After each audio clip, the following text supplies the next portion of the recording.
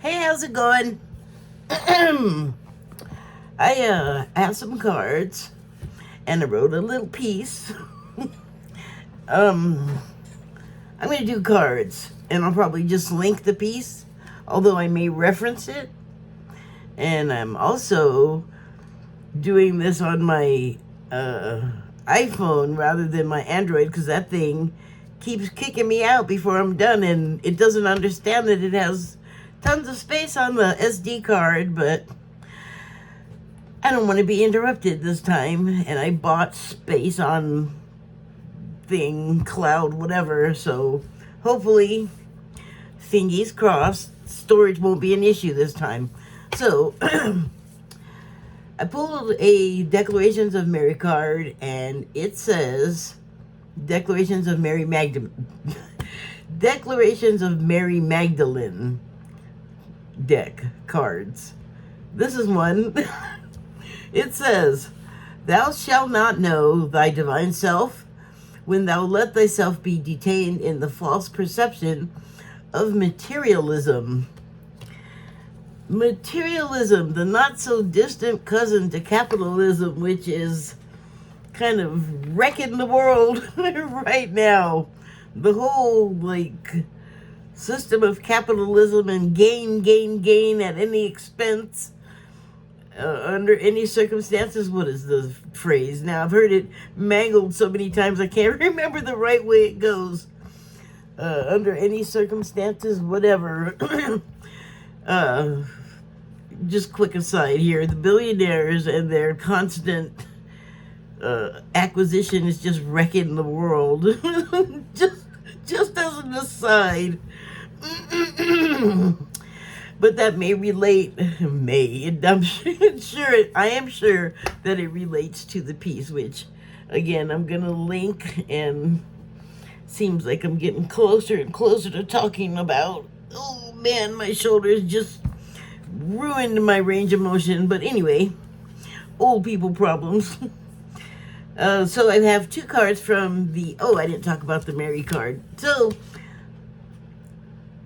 I mean, I did a little bit relating materialism to capitalism, but it is like an offshoot because, boy, are we obsessed with it. Having the things, it's even beyond what it was like when I was a kid, where it was like you just want something because you see that somebody else has it and it looks shiny and pretty and fun or whatever. But it has metastasized, in my opinion. Like, I remember someone that I knew that was incarcerated because they had, as part of their pursuit as a chosen career at the time, to be a thief. And many of the things that they took had designer labels. And so when this person eventually got caught and had to go pay for it, what they did, pay for their crime, they were like insistent to have the designer label shower slides, like literal pieces of foreign plastic with some paint on it that they had paid so much for. I mean, not in like actual dollars. You know, they're sitting in incarceration. That is the payment, but they still want to eat the cake. It's like the cake is poison dodo. The cake is why you're in there, but I guess I'm just rambling. But you start to want these things to the point where nothing else matters. It's I cannot relate. I mean, I do want things, but goodness gracious, I will go without or wait until it becomes affordable if I want something that bad, you know. And I guess there was a time where that didn't matter to me, and I just would have liked to have had the ability, like, to be rich and also famous, because what I used to want to do was be a musician, and then I got sick that made it in a way that has made it like pretty much impossible for me to still musician. And so now I do other things like this. Another aside, but okay, not to get sidetracked. The thing that sort of started to make me notice, and again, this is kind of like relating to the piece that I wrote too, because it's seeing something like sort of beyond what the big picture is saying, even though in the case that I'm going to explain to you eventually, the big picture was screaming the big picture right at me and other people, and I didn't get it. And let me just finish that thread. So Eddie Vedder, singer of Pearl Jam, at their sort of beginning of their explosion of fame and popularity, he expressed a sentiment that I thought was selfish and rude and how dare you, and I did not understand at all where it was coming from. I don't remember verbatim what he said, but it was something along the lines of being famous sucks, I hate it. And so the being famous cut, you get that along in his case at least, with hard work, and they were doing something, he and his friends in the band were doing something that they loved, that they kind of can't not do. It's like they gotta do it. So I don't know like what happened with me. I guess I thought that's where I was, and then my life said, oh no you don't. Anyway, so when he expressed that, like I said, I was kind of offended, but it wasn't very long after that. I think maybe it was like stalkers became a huge thing. And then like I had all of these realizations. I was like, oh yeah, like stalkers can get people famous. They can get anybody, but he's one of the famous ones and they love those. And there was just probably around the time that I heard him had like come across that statement, like before, during, after, that stalkers were given like really famous people and celebrities a real scare, and it was scary to witness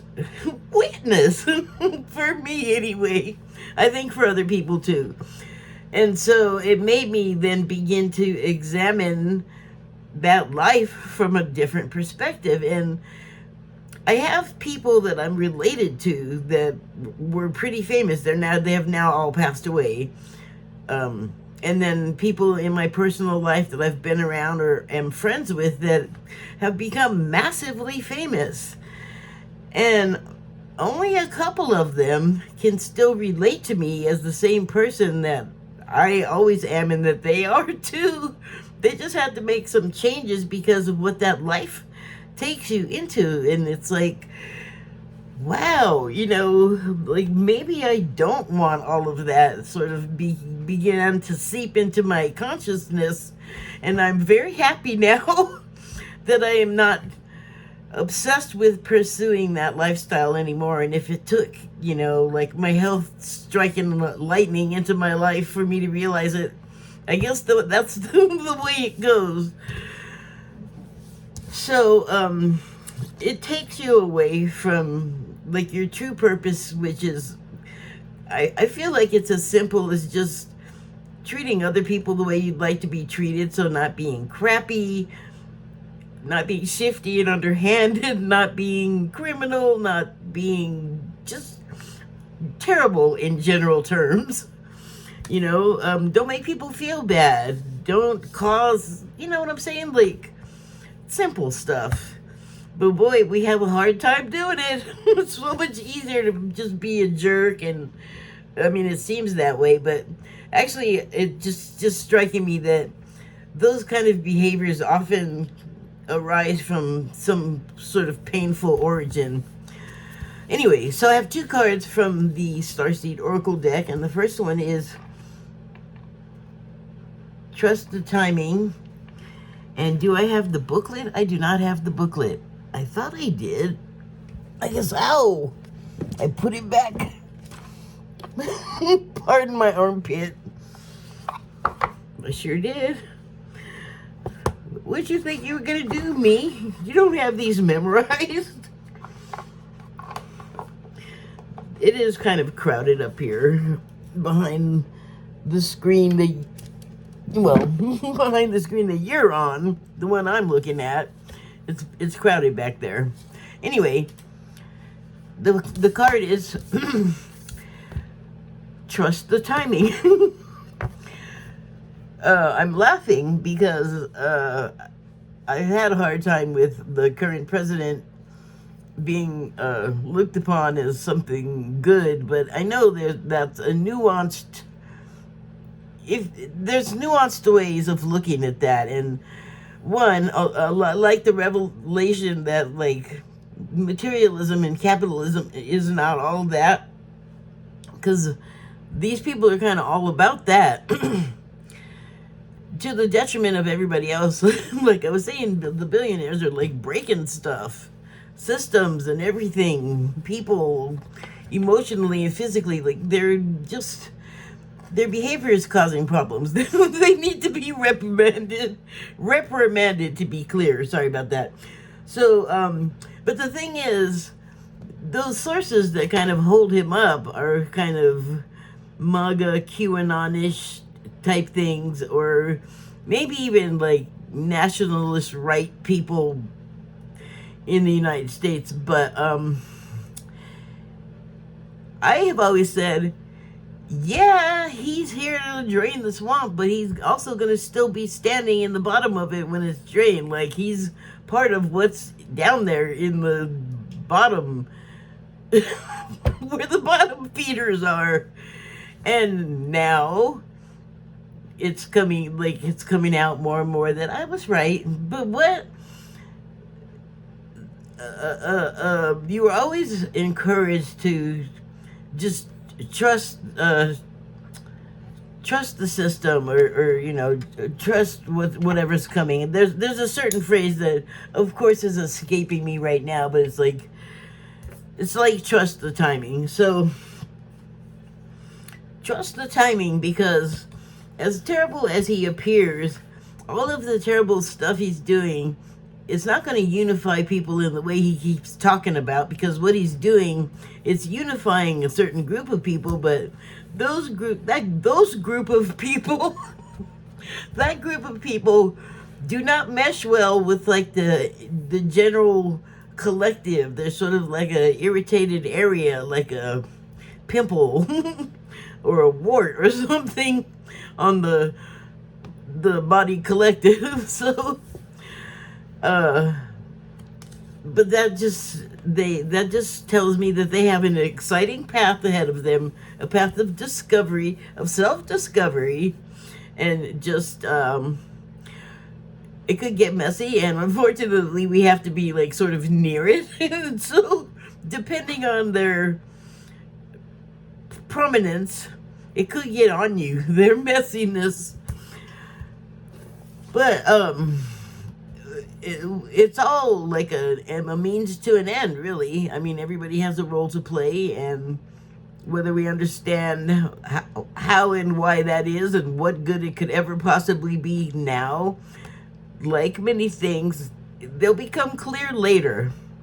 So here is what the card looks like.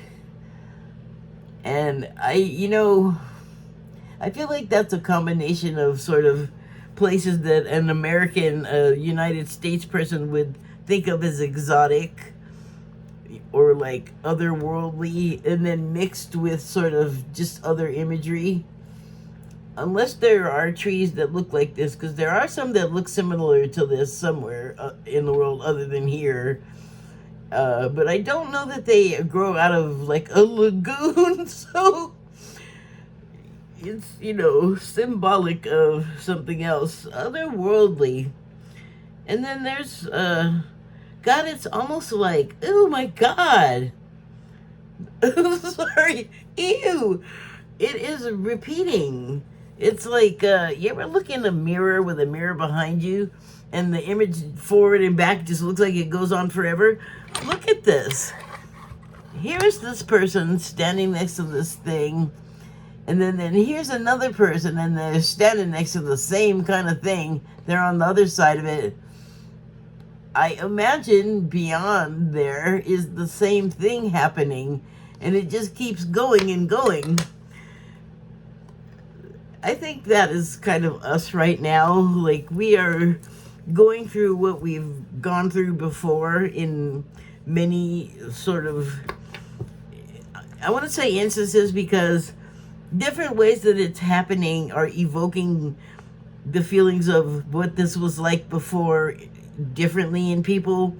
But a lot of people are seeing the same thing the same way, like from different places. It's crazy.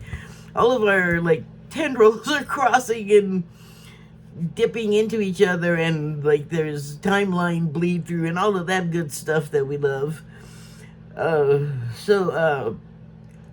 But yeah, and often do repeat things, and we would. It's like I didn't understand about what Eddie Vedder said at first, and then later some information came to me somehow, or I grew to a place where I was able to understand something I already knew in a fuller way. And it's not that we're being punished that it's repeating, it's that every time it happens, there's still something to be gained from having that same or similar experience, because I don't think you can have the exact same experience. I think you can have an echo. And so rather than like getting down on yourself and thinking you're doing something wrong and causing it to happen and it's bad and wrong, it actually is like you on some level going, wait, there's still something about this that I don't get. Like, I gotta do it again until I understand what I'm missing. And that's not a bad thing. You know, it's like when you're learning to ride a bike, sometimes you fall a few times until you get it. You have to keep throwing your feet to the ground, and you almost feel like you're cheating because your feet are supposed to be on the pedals. But, you know, practice makes perfect. So yeah, here it is. Even beyond these two people, where is it? Way in the distance, same looking trees, another person. And then there's like light dawning too, like, oh, eventually you're gonna get there, and you're gonna get it. And rainbow-ish sky, rainbows and hallelujah, they finally got it. Okay, that's my interpretation. Let's see what the book actually says. Trust the timing. Okay, that's on page 114 for those playing along with their own booklets. That would be really amazing. One more page. Okay, trust the timing. And so the subtitles on that card are, trust the wave you came in on. Time is not running out. So I guess you have enough time to repeat things until you get it. Time is not a consideration. So often, those who feel like they're here for a reason sense that time is running out, and they spend their life worrying that they might miss their moment. But the only way to miss your life or your moment is to spend your time worrying about missing it. It's never too late to answer a calling, and you're never too old. The tides of your life are magnificently orchestrated to come in and out in perfect unison. Don't race ahead and ride a wave that was never meant for you. You'll waste your precious time and energy when instead you could be enjoying your life. Everything has a season, and you're being called to trust the one you're in. Don't let impatience, comparison, competition, or paranoia disturb the seeds. It seems that everyone has anxiety these days, constantly scanning for something they might have missed or a possible threat. Keeping our mind and body pointed in the same direction as our soul is near impossible at such reactive speeds. Right now, being reminded to take a breath and trust the wave you came in on. Oh, you're being sorry. Right now, you're being reminded to take a breath and trust the wave you came in on, to trust the season you're in. Time isn't running out. There's plenty of time. There's no rush, and it's never too late. So I had a thought while I was reading that, and the thought was, as it regards just like relaxing and resting in the season that you're in, and not trying to like take waves that your skill level is not up to, and don't worry about how many times you may be repeating something. That's in all likelihood what you're supposed to be doing. So and you're gonna do it until it's done, so time is not really a consideration in that way. Okay, Star Seed Soul Inquiry. How can you trust the timing of your life a little more? Surrender. That is the obvious answer. Stop fighting. Stop trying to go against the flow. That's kind of what this card is saying. Just just relax and let the flow take you where it's going to take you. And, when it's time for you to worry about something else, you will know. Okay, we don't need you to fall. Just thank you very much. Oh, here, look at my signs. That seems like a good thing to offer you to do. So, yeah, opinion commentary for your entertainment. Ooh, don't fall. Okay, so I have a second card from the Starseed Oracle deck, and it is the Cosmic Heart. Huh.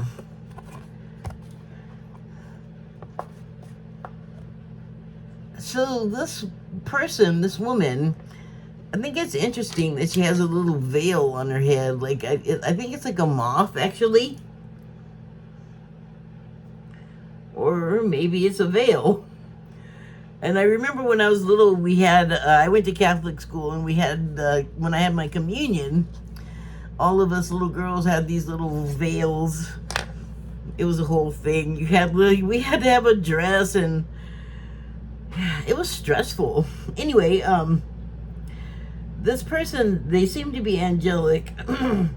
And when I look at it here in my hand, I see that she's got sort of maybe a matching shawl. I'm not sure what significance that would have, but also she has what looks like an angel wing. I only see one, so maybe she's like, it's like the shawl flapping in the wind, but it's momentarily taken the shape of, well, in my hand it looks like an angel wing. Here it looks like there's a picture, which has other implications, but it seems to be the same color as that shawl or sash that I was talking about that matches the little veil deal there. So maybe she is like an earth angel, and that's why the sash or shawl is suggesting a wing.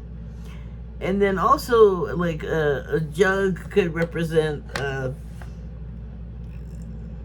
what an angel has to give to the person they're angeling. the recipient of their angelic deeds. But I'm feeling like this is a personal angel too, which could be an earth angel / human person. Okay, so you gotta look at the Cosmic Heart. I'm gonna go ahead and consult the manual.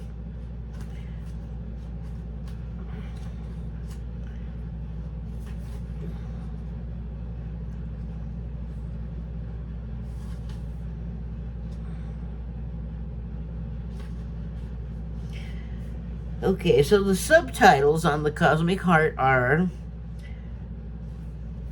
Devotion. Well, you know what? That's what when you like go through all of these devotion type rituals, I guess, and you've learned all of the catechism, Catholic school talk, and then so you have your Holy Communion, which is like signals that you've become an initiate in a way. I should have like I didn't know I was going to be talking about this, so, and I haven't even really thought about it, like, since I did it. But there is a lot of implications and symbolicism, I think, to, like, the whole communion ritual. And just for my own edification, I'm not going to do it now, but I'm going to have to look up, like, what that communion business is all about. Okay, so devotion, potency, it is, I'm sure, a potent ritual. A lot of symbols going on here. Make your life a moving prayer. Well, I mean, that brings me back to this, where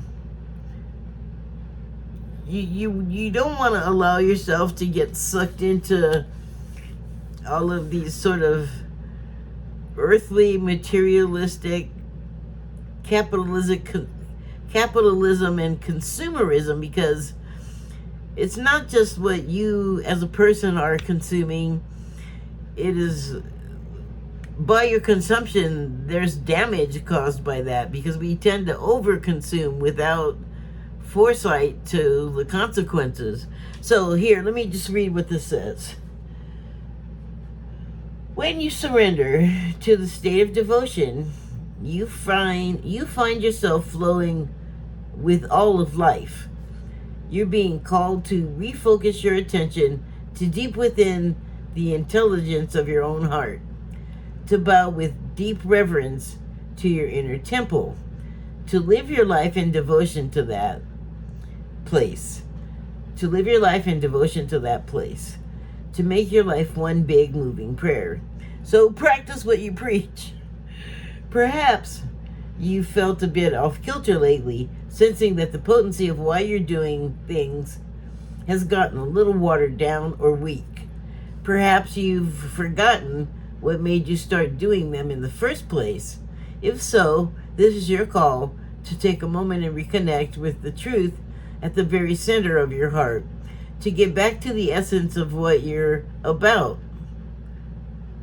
to devote your life to what you care most about, to turn your gaze deep, deep, deep, deep. There are seasons for harvesting and seasons for sowing. Right now, you're being called to plant your seeds, your soul seeds, and sing to them with deep devotion, to feed them with the sweet waters of your own soul, to lose yourself in the potency of what it is that most expands your heart, to live your life according to what makes you come alive rather than what everyone else thinks, to make your life one big moving prayer. So that again makes me think about like what Eddie Vedder said. So obviously he did not give up with his whole rock life existence to escape from the pressures of the life, the career that he's chosen and has chosen to stay in. But what he did do, I think, was find ways to live with it. I don't know specifically what that would look like, if it would be like therapy or some sort of spirituality, or I don't, it's none of my business. Actually, I'm just glad that I'm selfish. I'm glad they stayed together in the form that they did. I'm glad he decided to keep doing it.